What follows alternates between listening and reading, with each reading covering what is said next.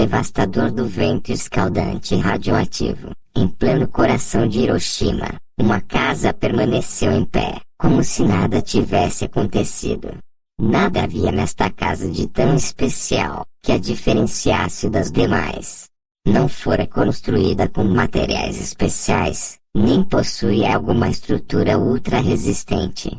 O único detalhe é que nesta casa, durante a detonação da bomba, haviam pessoas rezando o terço. Era uma casa de seminaristas.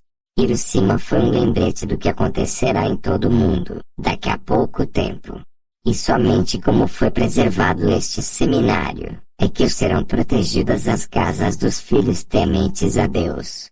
Água e velas bentas. Fé e oração. A ira de Deus estará passando lá afora, mas o anjo da morte respeitará o sangue do cordeiro no batente das portas. Não se deve contemplar a ira de Deus, ou como a mulher de Ló, nos tornaremos estátuas de sal.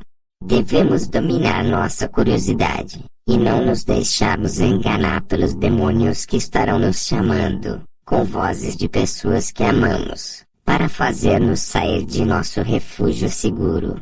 Pois o ar pestilento estará impregnado com os principados e potestades, com os príncipes deste mundo tenebroso, com as forças espirituais do mal espalhadas nos ares.